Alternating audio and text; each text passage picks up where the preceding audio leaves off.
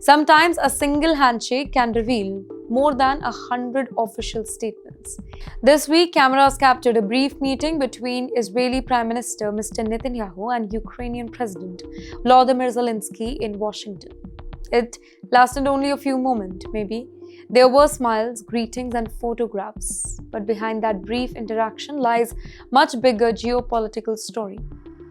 Ladies and gentlemen, this was their first face-to-face meeting in more than 3 years now. Reports also suggest that efforts to arrange a formal bilateral meeting did not materialize because both the leaders had different priorities during their Washington visit.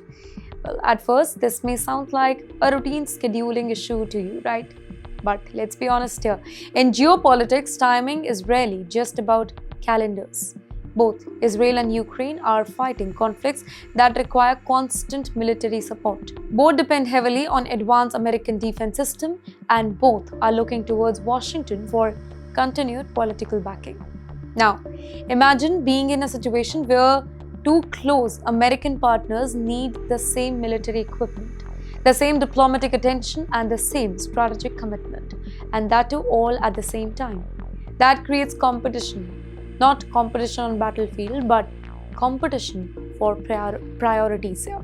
In the meantime, Mr. Zelenskyy arrived in Washington seeking tougher sanctions on Russia and greater support for missile production. In the meantime, Mr. Netanyahu was focused on discussing following months of military escalation involving Iran. This highlights a difficult reality for the US. Its defense resources are not unlimited. Well, every high-level diplomatic meeting reflects where American attention is being directed, and that too at that particular moment. For military planners, this is a question of strategy. For investors, it is a question of defense spending, and for the rest of the world, it is a reminder that world's geopolitical landscape is becoming increasingly interconnected. A war in Eastern Europe affects decisions in West Asia. Events in West Asia influence American foreign policy and American decisions that shape security calculation across the globe. Well, the brief meeting between Mr. Netanyahu and Mr. Zelenskyy may have lasted only a few moments maybe, but it symbolized something much bigger here.